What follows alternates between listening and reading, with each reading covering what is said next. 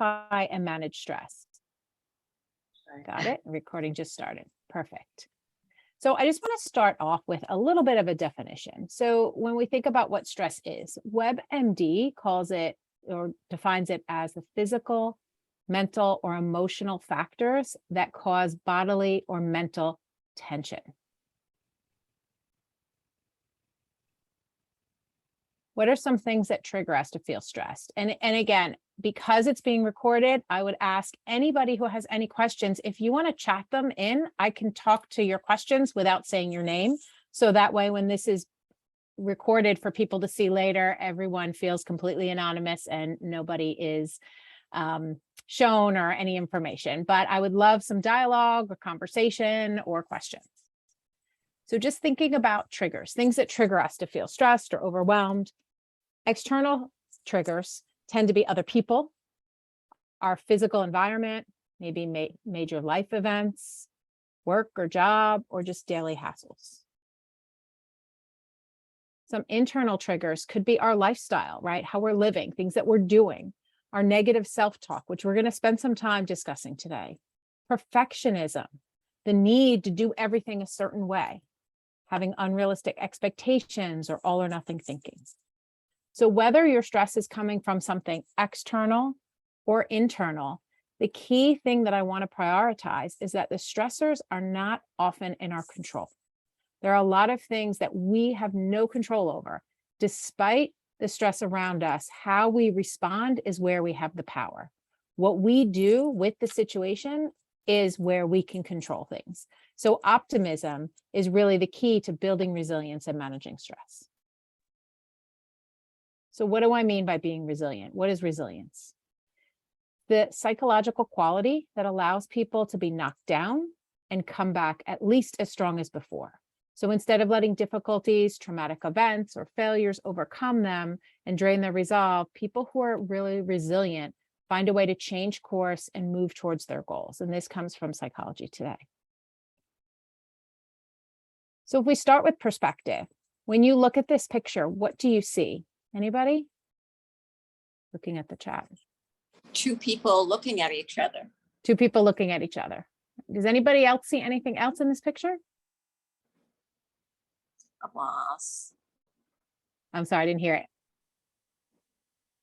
So a boss, yeah, that's a boss. So people looking in their eyes. Two what? People looking at each other. Two people looking at each other.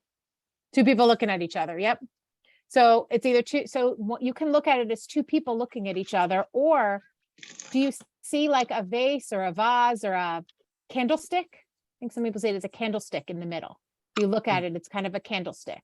Yes. So if you're looking at this, you can see two different things. So it's the perspective of how you're seeing it. So when we think of stress as a bad thing, if we believe stress puts us at risk for a heart attack, stroke, just terrible things in life, it's going to be more harmful when we think it's bad. But when we think of stress as helpful and not harmful, as something that motivates us and helps us to move forward, then it doesn't have the same negative effects. So Kelly McGonigal is a PhD at Stanford University. She's one of the leading experts in stress management. And what she says is everything we thought we knew about stress, it causes people to have heart attacks. It causes people to have high blood pressure. It causes us to not be able to function, is not necessarily true depending on what perspective we see our stress. So the difference here is, can we look at things that are challenging as opportunities and not problems? If we can change our perspective and the lens that we see our stressors, how does that change how it affects us? And then there's COVID-19. And I know it's already 2022, it's already September of 2022. We've been in this pandemic for a really long time. And I want to point out that people often would come to my office talking about how, I didn't get that sick, or I didn't lose anybody to COVID, and my family got through this okay, or my job still stayed the same, whatever it might be. I don't know why I'm struggling so much. I don't know why I'm having difficulty. There are a lot of people who have it worse than me. And that's where I want to point out that we're all in the same storm. I have a picture here of a boat in a storm because I've heard so many people say that we're all in the same boat. And I have to keep reminding myself that we're not in the same boat. Some people have different resources. Some people have different health status, right? People who are older, people who are younger. We're all in different circumstances, but we're in the same storm. And the COVID-19 pandemic really acted as a collective trauma to the entire country, to the entire world. And so what we want to remember is that it's understandable that we might be having some residual stress and frustrations over this collective trauma. No matter what size our boat was in this storm, we were all in the same storm. And I just want to point out that a traumatic experience, I'm going to list a few preconditions of what's considered to be a traumatic experience. And this comes from the source is Bessel van der Kolk. He is the author of the book called The Body Keeps Score. And Bessel van der Kolk is one of the leading experts in trauma and in trauma research, and leading psychiatrists and probably one of the biggest experts on trauma. And in the beginning of COVID-19, he put together this list of what was happening in the world. A lack of predictability, right? When you don't know what's going to happen next. I mean, I don't know if we remember when was school closed, was it not closed? Kids weren't able to leave to go to college, jobs were closed, shut down, healthcare workers didn't know what was happening in the hospitals and the ER. There was so much lack of predictability. We didn't know what was coming next. And that continued for a long time. Immobility. We weren't able to travel. We weren't able to leave our house for a while. We weren't able to go anywhere. I used to always say how lucky I was. I rent an office that is nearby where I live. And when my husband was working from home and my children were doing high school from home, I would walk in the dead silence when nobody was leaving their house. I would walk to my office because I was the only one here. And I would do all my work through telehealth, but I would get out of my house. And the ability to be mobile made a huge difference in my emotional health dealing with what was going on. Loss of connection. A lot of family members, friends, people didn't see each other for a really long time. And there may be some connections that were lost through this process. Feeling like we were numbing out or spacing out, not able to deal with the high level of emotion that was going on. Loss of sense of time, a loss of feeling safe, and a loss of purpose. These are all preconditions of a traumatic experience that most of us, I would argue, felt a lot of these, if not all of them, over the past couple of years. I would say, any thoughts on this, or what about feelings about this? death? Death, yeah, I mean, clearly there's a lot of people who lost people, right? I mean, yeah, that's also a trauma. Absolutely. There's a lot of things that would fall under the list of a traumatic experience, for sure. So to try to understand when we're stressed, what's happening in our brain. And I just want to talk a little bit about some of the basic neuroscience, because it's important to help us figure out then what we can do to help us manage our stress. So this is just a basic model of the brain. And there's three main sections. The reptilian brain, this is kind of controls our breathing, our heart rate, things that are just happen, right? Automatically. The limbic brain, this is the emotional or feeling brain. This here is the amygdala. It's that little shapely thing in the middle. That's our fire alarm. That's what tells us when we're in danger and triggers what's called the fight or flight response, and triggers our limbic system to be on high alert when we're in danger. And the neocortex is the thinking brain. So this is where we make decisions. So if you think about kids, teenagers, the reptilian brain forms when they're in, we're born with that. The limbic brain is there. The neocortex develops over time. When you think about a teenager who's often emotional, makes poor decisions sometimes, impulsive, that's because their limbic brain is fully developed. Their emotional brain and their risk-taking is fully developed. The rational or thinking part of the brain, the prefrontal cortex or neocortex, is not fully developed until about age 20 to 23. So this is why decision making in the teen years is so challenging. So our thinking in our rational brain is where we make decisions. So the amygdala is our fire alarm. When we have ongoing stress or trauma, we get repetitive limbic system activation. So our brain goes into fight or flight and puts our body into fight or flight. So when our brain goes into fight or flight, hormones are released, cortisol levels go up, the blood flow goes to our extremities, our digestion slows down. Lots of things happen when we're in fight or flight mode. In fact, when we're in fight or flight mode, we perceive danger differently. So if right now you're sitting here and I was looking at you with just a very calm, neutral look on my face, and you were feeling calm and secure, you would see my face as neutral. But if you are in fight or flight, because maybe you just got in a fight with your spouse, or maybe, I don't know, like me this morning, there was a mouse in my office and I caught a mouse on the mouse trap. So I was in fight or flight for at least an hour after that, looking around, making sure there weren't more mice. When you're in that fight or flight mode, somebody looking at you with a neutral face looks threatening. We perceive our environment differently when our nervous system is in fight or flight. The other thing that happens is when we're in that fight or flight, which stress brings us into this fight or flight by activating the amygdala, our thinking brain goes offline. So if you imagine that we are cavemen and we are trying to function, and all of a sudden there's a saber-toothed tiger, we don't want to stop and think, is it a friendly tiger or not a friendly tiger? That's not very helpful, right? We just need to run and get out of the way. So our neocortex shuts down or disconnects because we don't need to think right now. We just need to act.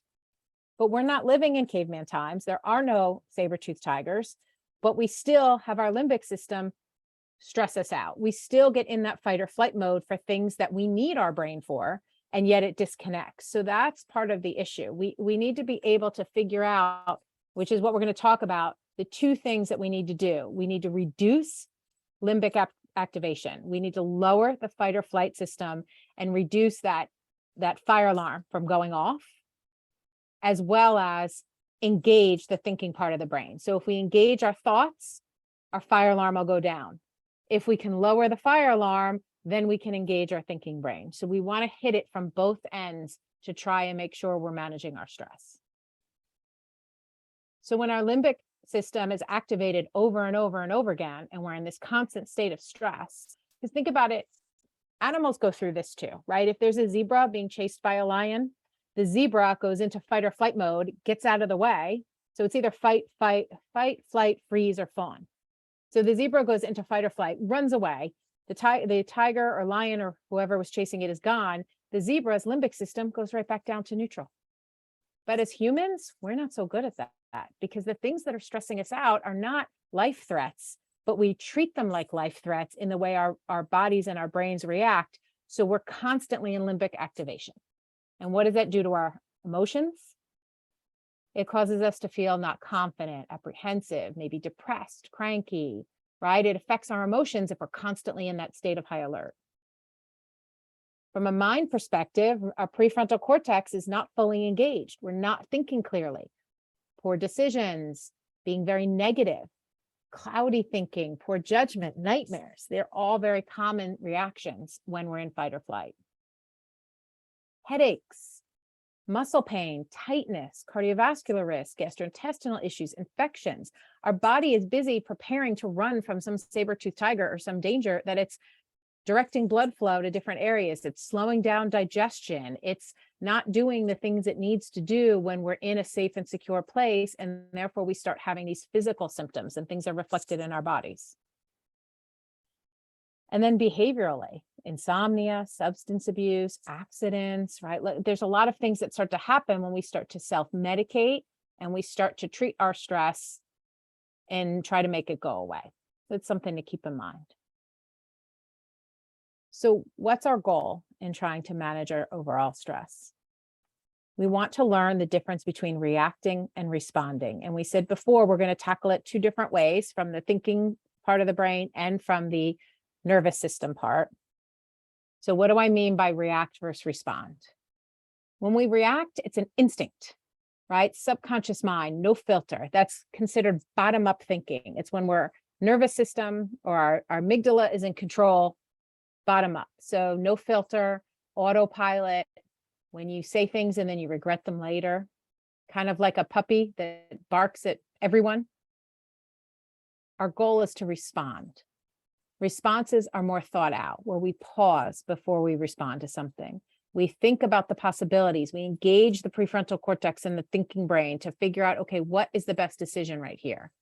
You weigh the pros and cons. What would be best to do in this moment? And we can train ourselves, just like you would train a dog to not bark at everyone and patiently wait for his treat. We can train ourselves to recognize how to respond as opposed to reacting. Any questions so far? I don't see anything in the chat, so I was just checking in. That previous slide you had on there before we switched, does the Stanford lady identify with this, the professor? That their stress reactions cause different parts of our body? I would think so. I mean, I don't really know 100%, but I would think so. I mean, she's one of the leading experts in stress management and neuroscience. And although the idea is that when we see stress differently, it becomes less of a fight or flight, right? So what happens is you're not going to have the cardiovascular risk if you see something coming your way as a challenge instead of a problem. Right. So it's about perspective. So Kelly McGonigal would agree, right, with the science that's behind this is what happens when we're not taking care of ourselves, when we're overwhelmed, when we're in constant fight or flight. However, her argument, which I think it makes sense, is do we see things as problems or do we see them as challenges? And that would be the difference. So I guess you could see this is actually not even stress. This would be if we see stress as bad. Maybe that's a better way to describe it. A good catch. Yeah, Kelly. So what I do too is all the people I talk about, like Kelly McGonigal, and there's other and like Bessel van der Kolk, I read a lot. And anytime I read something that I think would be helpful that I recommend to clients, I always list it on my website under resources. So all the resources that I quote or people I quote, you can find on my website under resources, and I can give you that link at the end. However, if you Google any one of the people that I talk about, you'll see like Kelly McGonigal has a YouTube video that's like how to make stress your friend, I think is what it's called. So there's a lot of different stuff out there that you can find that's really helpful that explains in more detail. Hope that answered the question. Okay. So we talked about the two ways of tackling how our brain is perceiving challenges or overwhelm. And we talked about the nervous system.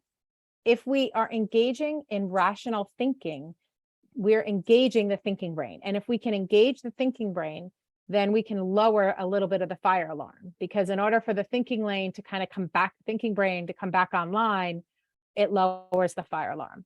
So this is just a simple graph that shows CBT. CBT is cognitive behavioral therapy. It's a type of therapy where we're really looking at our thoughts and trying to understand our thoughts. So if we were to take this example, something happens, we have a thought about it, we have an emotion, and then we have a behavior. So let's use something really, simple. You send a text message or a couple of emails to a friend, right? You reach out to a friend you haven't talked to in a while, you reach out, they don't get back to you. How do you feel?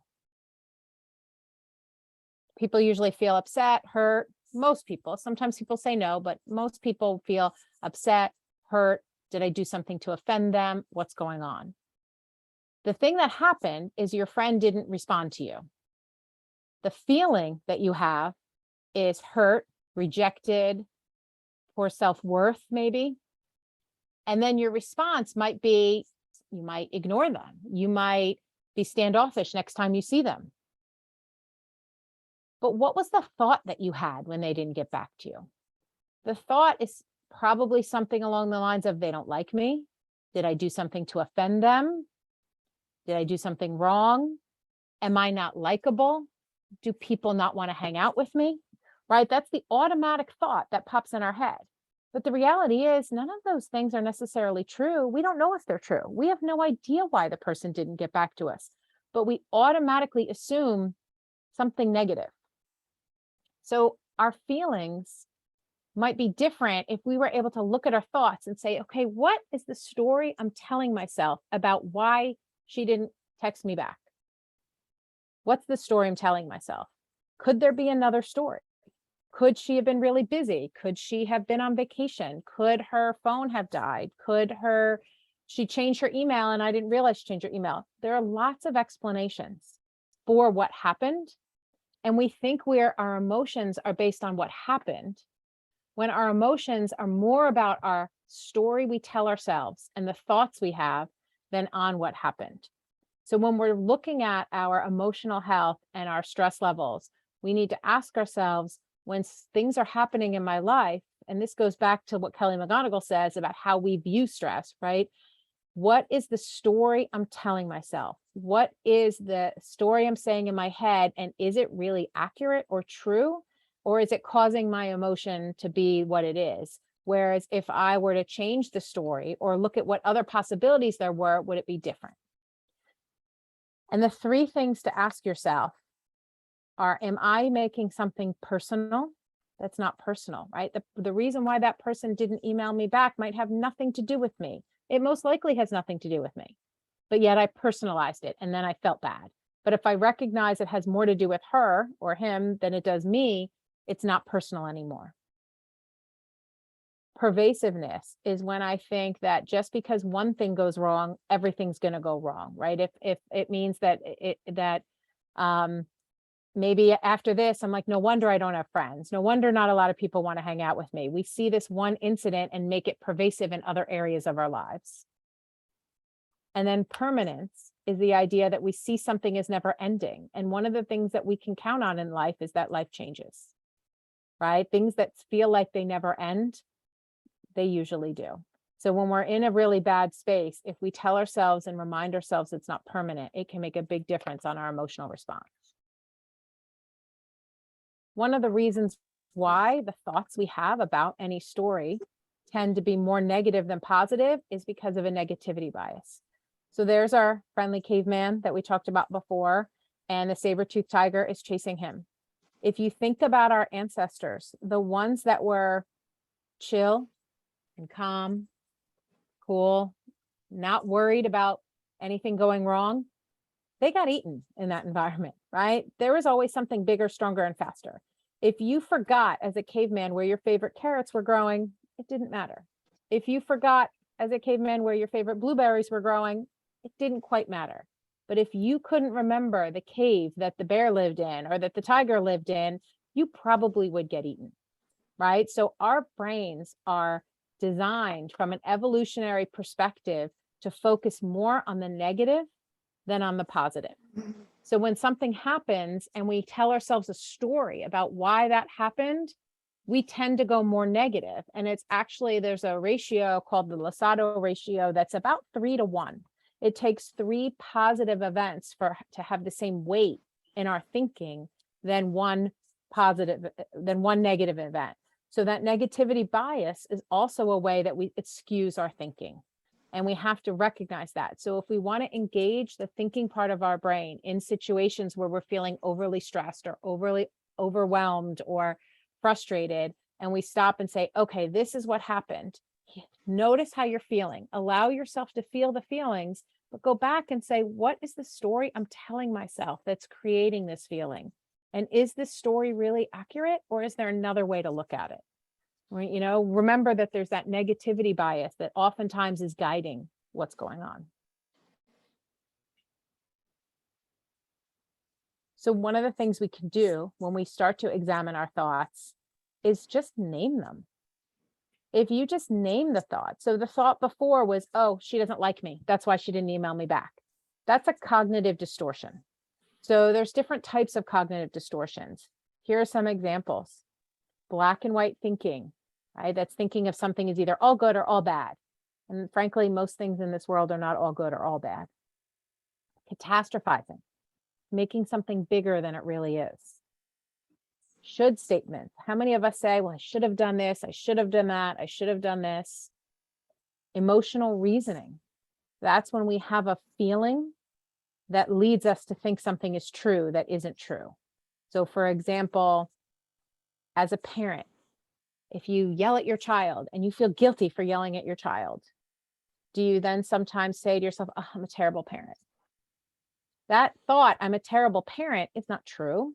It's not accurate, but but that's the story you told yourself based on the guilt you were feeling. Is it possible to say that's just emotional reasoning, right? Name it. It's just emotional reasoning. I'm feeling guilty because I wish I didn't yell. It doesn't make me a bad parent. It makes me a human being that made a mistake. And what can I do differently moving forward? But so that's what I mean by naming it. Be able to say, nope, that was just emotional reasoning. Or personalization or blame, right? Do we personalize something that isn't personal, or blame ourselves or blame someone else? Another way to reduce the impact that that our thoughts have on our emotions is to see your thoughts as just thoughts. So if you wanted to, and you don't have to say this out loud, but if you wanted to think about a thought that you think to yourself sometimes that makes you feel bad, like I'm not good enough, or I'm too much, or I'm terrible. I don't know. I went home from work, I made dinner, I came back, and my 15-year-old complained a little bit. So I'm like, okay, I'm not a good cook, right? That might be a thought. If you're able to notice, to say that to yourself, I'm not good enough. How do you physically feel? How does it feel in your body? How does it feel emotionally to tell yourself I'm not good enough? It doesn't feel good. What if you caught yourself every time you thought that thought and you put the words, I'm noticing, I'm thinking I'm not good enough? By just saying, I'm noticing, I'm thinking I'm not good enough, does it change it a little bit? Does it allow you to now all of a sudden see that I'm not good enough? It's not a truth, it's not a fact. I'm noticing that it's something I'm thinking. I can change my thought.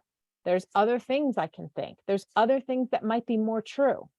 So seeing it as a thought and not as a truth, by just putting those words, I'm noticing, I'm thinking, in front of it, can really be powerful.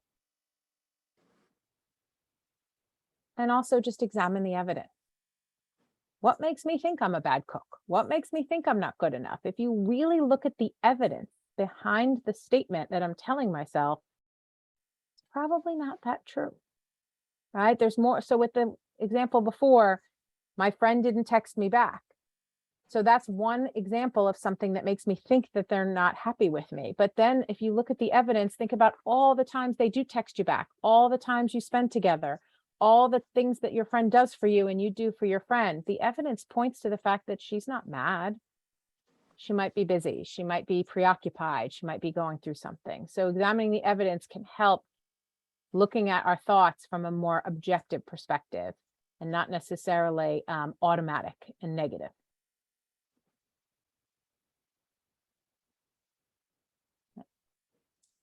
Another piece that just has to go with the thoughts around stress is the idea of self-compassion. Self-compassion and kindness. And self-compassion, I could talk for like an hour or two on self-compassion. So I want to just give you the basics. Most of us beat ourselves up. We are perfectionistic. We want to do things right. What we've learned through science is that it's not always helpful to beat ourselves up. It's not always helpful to be perfectionistic. And Kristen Neff is a professor at University of Texas in Austin. And she says that instead of mercilessly judging and criticizing yourself for various inadequacies or shortcomings, self-compassion means you are kind and understanding when confronted with personal failings. After all, whoever said you were supposed to be perfect? And Kristen Neff has a book. She has a workbook. Her stuff is really fantastic. There's a bunch of meditations on her website. It's selfcompassion.org for anyone who's interested in learning more about self-compassion. But in a 10-second or 30-second nutshell, practicing self-compassion is about 3 steps. It's about self-kindness versus self-judgment. That means saying things to yourself like, I know I can do this. Talk to yourself the way you would talk to someone you care about and you love. Have you ever had a situation where you have a friend going through a problem and you're giving them advice and you're encouraging them and you're telling them, I know you can do this. I know this is hard. I'm here for you. But yet when you're going through the same situation, is that what you say in your head? Or do you beat yourself up? And the reality is most of us speak to ourselves much more critically and harsh than we would speak to someone we care about. So if we can practice changing our inner dialogue to self-kindness instead of judging, that could make a huge difference. Common humanity versus isolation means I know I'm not alone. It means when we're feeling overly stressed and freaked out or overwhelmed or depressed in a bad place, we feel isolated. We think no one understands. But the reality is it's part of the human condition to suffer. And no one's completely alone. We all are going through something, and it's part of common humanity to be imperfect and to have difficulties. That helps us feel connected, which is, what isolation is so hard. When something happens, those support groups can be helpful. Connecting with a friend, just knowing you're not alone in something is huge. And then mindfulness versus identification is kind of what I talked about before by saying, I'm noticing I'm thinking. It's about taking whatever is going on, the negative thoughts that I'm having, and recognizing them as thoughts instead of making them who we are. So we're not identifying with it as defining us, but we're just mindful to know that, oh, I'm thinking this again. This is not really helpful. I need to go do something else or distract myself or change my inner dialogue.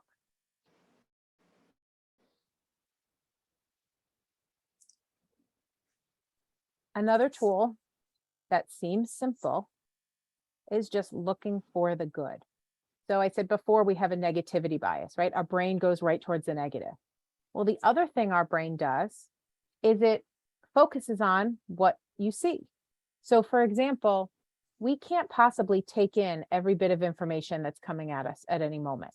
We have stimuli coming in, we're hearing things, we're seeing things, we're noticing things, we're feeling things, temperature, a breeze, there's all kinds of things coming at us. We can't possibly take in everything. So what you spend your time focusing on becomes what you notice. So for example, if I said you were going to buy a yellow car, and I asked you to start looking online at different yellow cars. Next time you get on the road and you're driving, what are you going to see? You're going to see yellow cars. You might think, wow, there's like a ton of yellow cars on the road. There weren't that many yellow cars 2 weeks ago. The reality is there totally were the same amount of yellow cars 2 weeks ago, but you didn't notice them because you weren't thinking about it. I say this with my kids, having a teenage boy, he's like obsessed with sneakers. I don't notice sneakers. I don't know who's got what kind of sneakers or what, because I don't look at sneakers all day long. I don't obsess over sneakers all day long, but we could be out somewhere and my son will say, Mom, those are expensive sneakers. Mom, do you know what those sneakers cost? I'm like, I don't notice them because it's not something that I think about or pay attention to, but he notices them because he's always looking at sneakers. So what you focus on becomes what you see. When we focus on our to-do list, when we focus on what's going wrong in our lives, when we focus on watching the news and we're getting these negative messages all the time, we start to see that around us. I always tell moms, when you were pregnant for the first time, did you think the whole world was pregnant when you were pregnant? It felt like it, but the reality was probably wasn't any different. But because all of a sudden you're thinking about being pregnant, you're seeing pregnant people that you didn't even notice a year ago. So if we spend a little time every day focusing on what we're grateful for, what's positive in our life, we'll actually start to see the good, just like we start to see the yellow cars or the sneakers or pregnancy. And this research was done by Martin Seligman. He has a bunch of books out. He's a PhD at Philadelphia, right? UPenn, University of Pennsylvania. Sorry, UPenn. He has a website, Authentic Happiness. If you Google Authentic Happiness and Martin Seligman, he has a bunch of books out there. Flourish is one of more recent, maybe within the last 10 years. And he really talks about the idea of positive psychology, on focusing on the good. And Dr. Seligman and his team at UPenn have done a lot of research on what you focus on becomes what you see, and how just writing down what you're grateful for can make a difference in our overall emotional health and mental health, because now it's not like toxic positivity, right? Where somebody's in a really bad place and you tell them, oh, don't worry, the sun will come up tomorrow. Sometimes that's not always so helpful. but it's more about focusing on what is going well in your life. And if you write down what you're grateful for, you'll start to notice what you're grateful for. I created my own version of a gratitude journal just because I'm a visual person. And I found that when my children were younger, it was a great way to tuck them in at night, is to talk about 3 things you're grateful for the day, and a nice way to kind of end the day.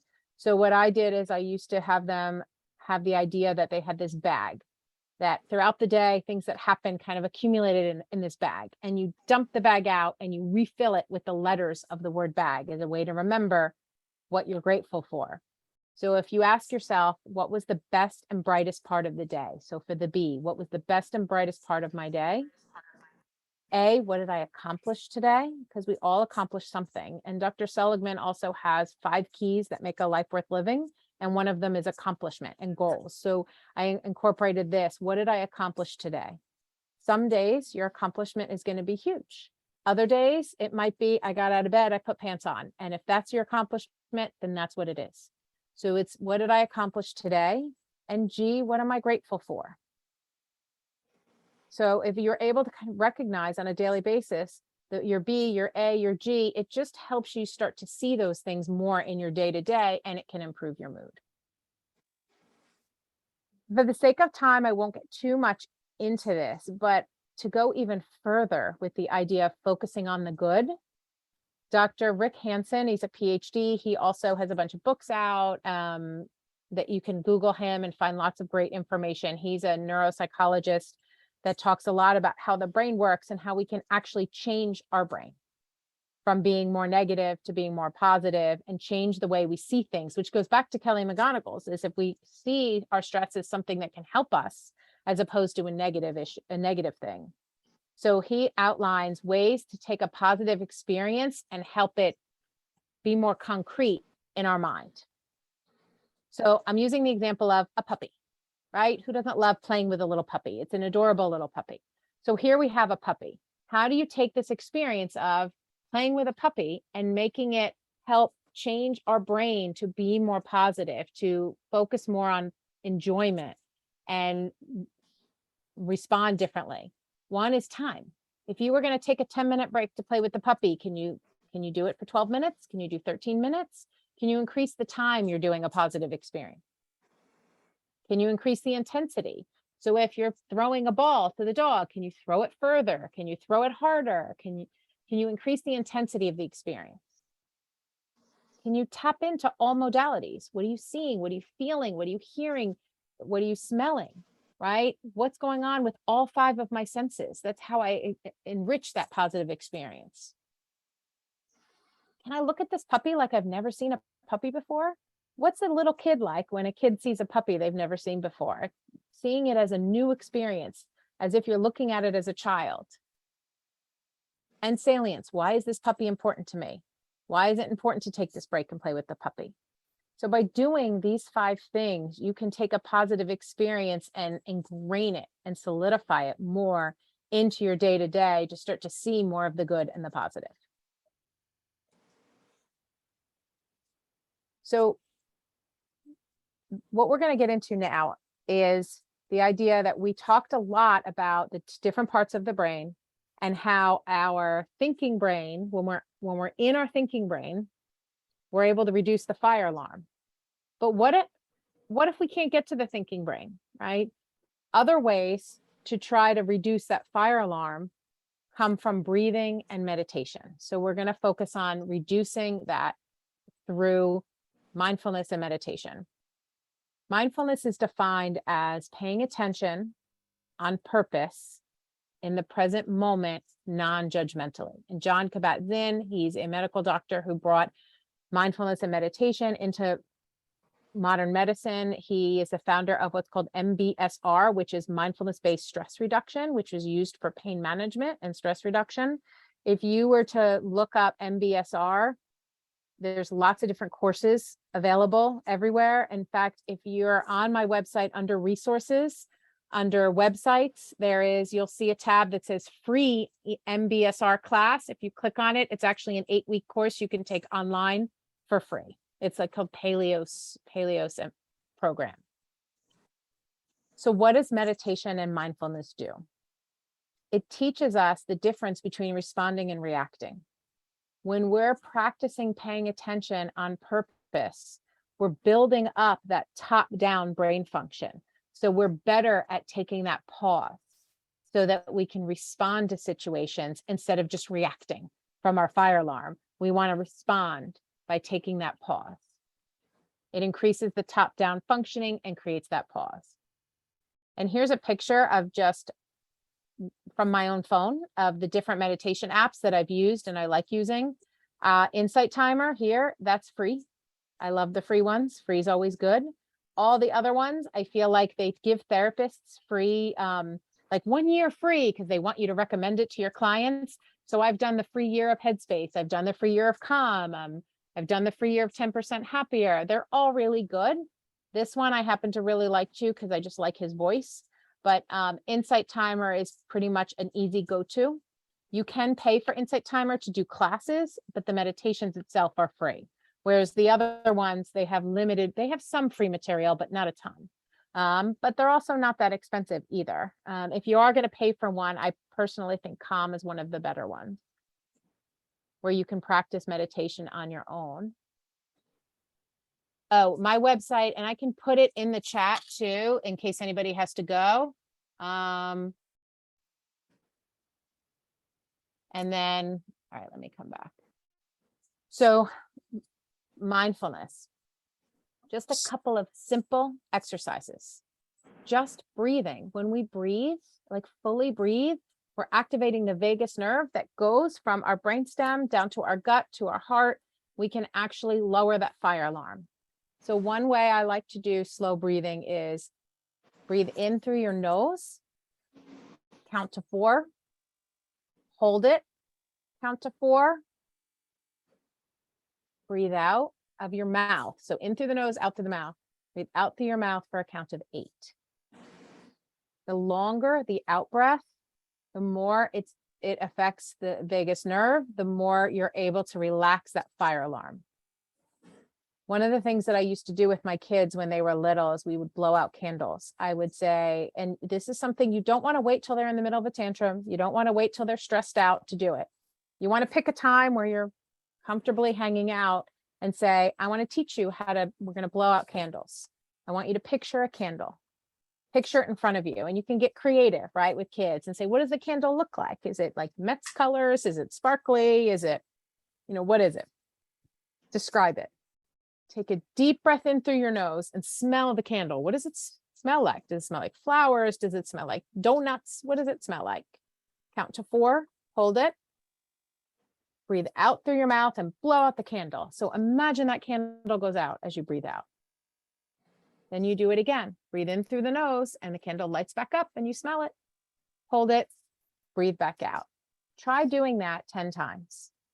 You're going to see a much calmer reaction, physical reaction to that kind of breathing. And if you practice it when things are kind of going well, when you see your kids are frustrated or you're frustrated or you see yourself starting to get activated or dysregulated in some way, you can start to do it and you'll start to calm yourself. But you want to know how to do it first, especially with kids. And you might have to do it. I know with my kids, when they were really little, they would be having a tantrum and I would say, let's breathe. And I'd get the no, they don't want to do it. So I'm like, well, mommy's going to breathe. And I would sit and I would start doing the breaths. And by the 3rd or 4th time, they realize I'm not paying attention to their tantrum anymore. I'm not giving them any mind. I'm breathing. They start breathing with me. And then after they do a few breaths, they're calmer. And then we can say, okay, what just happened? Right. And then we can have more of a conversation. Another simple exercise to help ground us into the present moment and pull us out of fight or flight is using all 5 senses. So maybe you're standing in line at the grocery store and you're starting to get anxious. Maybe there's too many people around, or you feel like there's just the crowds make you uncomfortable, whatever it might be. You can ground yourself in that present moment, because when we're thinking about the future, we're worrying, we're thinking about the past, we're ruminating. Grounding ourselves in the present moment is starting with 5 things I can see. So right now, say to yourself, what are 5 things I can see? I can see my computer, I can see my desk, I can see my clock, I can see my candle, I lost count. I can see my paper. 4 things I can touch. I can touch my shirt, I can touch my desk, I can touch my pen, I can touch my cord. 3 things I can hear. I have a sound machine outside of my office I can hear. Sounds like babbling brook. I hear the air conditioner running, and I hear myself. 2 things I can smell. I usually can smell my shampoo, smell my candle, and 1 thing I can taste. I made pasta for dinner. I can still taste my pasta. So by pulling myself into the present moment, by going through all 5 of my senses, I'm engaging fully, non-judgmentally on something I'm focused on. It can pull me out of that worry or that fear, that rumination, and help ground me. Another quick, easy practice to help with lowering that fire alarm is just the idea of remembering the word stop. When we're starting to feel a little overwhelmed, can we stop? Take a breath, observe. Observe what's happening in my body. Observe what's happening around me. Observe my thoughts. Observe my emotions, and then proceed. So the idea here is to use the word stop to remind you to stop, take a breath, observe, proceed. And this is Elijah, I can never say it right, Elisha Goldstein. He is also somebody you can Google. If you Google the stop practice by Elisha Goldstein, it's like an 8-minute YouTube video that you can find on mindfulness practice. So I know we only have about 10 minutes left. We're just about finished. The other thing to keep in mind when it comes to stress is connection with other people.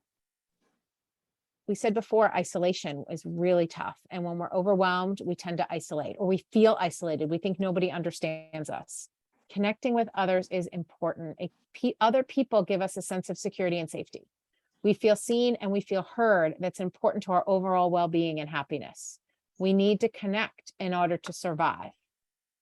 And social distance, right? And I know we're not quite in that social distance space anymore, but it doesn't mean isolation. And also helping other people. Sometimes when we're having a bad day and we're feeling overwhelmed, to just stop and do something for somebody else can make a big difference in our overall mood. So helping others and acts of kindness are really important. And boundaries. You know, there were always people that worked from home before, right? There were certain jobs where you could work from home, but ever since COVID, people are working from home everywhere and doing things online that they never did before.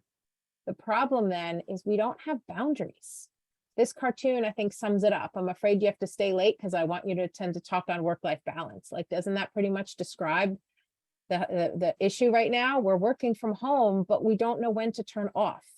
We don't know when to shut down. A lot of people talk about how when they're working from home, they feel like they have to overcompensate. Like, oh, I went downstairs and I folded laundry during my workday. I got to work later.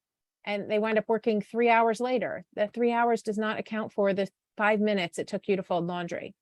So it's really important when you're working from home, if you can, set a schedule. Have predictability in your day. Have a location and time dedicated to work. And I know it's a luxury to have a home office. And if you don't have a home office and you're using your kitchen table or you're using your couch, that's okay. Just make sure when you're working in that space. And when you're not, you clean up your work and it's not there. So when you're in work mode, you're in work mode. And when you're in home mode, you are disconnected from work. Your work should not rule your life. Turn off your notifications. Turn off the alerts on your phone for your work email. Guard your downtime. Your downtime, if you have something to do, great. If you have nothing to do, you still don't need to be working. You need to be able to guard your downtime and recognize that you can be a priority, and relaxation is important. And again, watch out for overcompensating. And your physical care, that's crucial. If you're eating correctly, exercising, you have routine in your day, predictability, sleeping, hand washing, whether you're wearing a mask or a vaccine, what do you need to do for your own physical self-care? You know, there's a lot of data that shows that when we are not eating and we're not taking care of our bodies, that amygdala starts to fire and our neuroception, which is our ability to pick up on cues of danger in our environment, gets stronger and things become more dire, more negative. Our negativity bias is increased even more when we're not taking care of ourselves, when we're sleep deprived.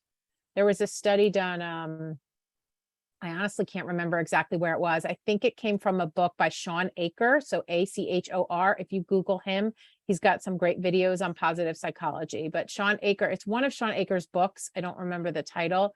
He talked about a study where people were given a set of words to memorize, like 20 words or something. I don't remember exactly how many that were positive.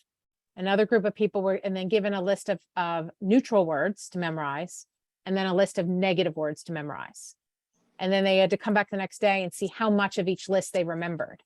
And in one of the experiments, they had people not sleep. Like you were only allowed to sleep like 3 hours or something. Like you had to be sleep deprived. You come back in the next day and people remembered most of the negative words, but not the positive words or the neutral words, but they remembered the negative words because their brain focused more on the negative when they weren't sleeping. So it's really, really important to recognize how we take care of ourselves is going to be crucial in our overall care. And as a therapist, I have to mention that mental health is the same as physical health. And I know there's a stigma around depression or anxiety or trauma, but the reality is if you broke your leg and you were bleeding, you would go to the hospital.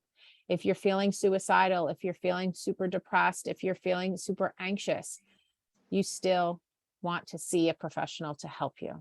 There's things that you can do. And we want to make sure that, you know, a broken leg isn't treated any differently than negative thoughts or intrusive thoughts, and that people are not worried about the stigma and they're getting the help that they need, because our mental health and our physical health are the same thing. So it's 5 with 5 minutes to spare. Just a couple of reflection questions to think about today. You know, what are my personal stress triggers, right? Everybody's stress triggers are a little bit different. What's one action step I can implement? So if I wanted to build resiliency, I went through a lot. I tend to give a lot of stuff in my workshops. And I hope if you take away like 1/10 of what I said, you'll have something concrete that you can do moving forward. Also check in, what could get in my way, right? If I decide I'm going to start meditating every day, what could get in my way and how do I overcome that obstacle? So if my routine is different every day, what's a good time of the day I could meditate or check in with myself, or start journaling my thoughts a little bit, better understanding how I see the world and what perspective I think of things. But try to figure out one thing you can do a little bit differently moving forward to help build that resilience. And then, yeah, with just a couple of minutes left, any questions? I know we had questions throughout, and hopefully if we recorded it, but nobody said their names. And nobody else can be seen on the chat, so it shouldn't be an issue when the recording goes up. But here's my information. I am not that far away, just about 15 minutes away, and my website, it's www.maximize-wellness.com. And if you go to the references, you go to resources, it has a whole bunch of books and the stress reduction and different apps and things. And feel free to email me if you have any questions or any follow-up after today. But any questions or thoughts? This was terrific. Thank Yep, I you. love it. Thank It was you. very great. And you know who else said the book? It's I don't know if you know of her name. It's called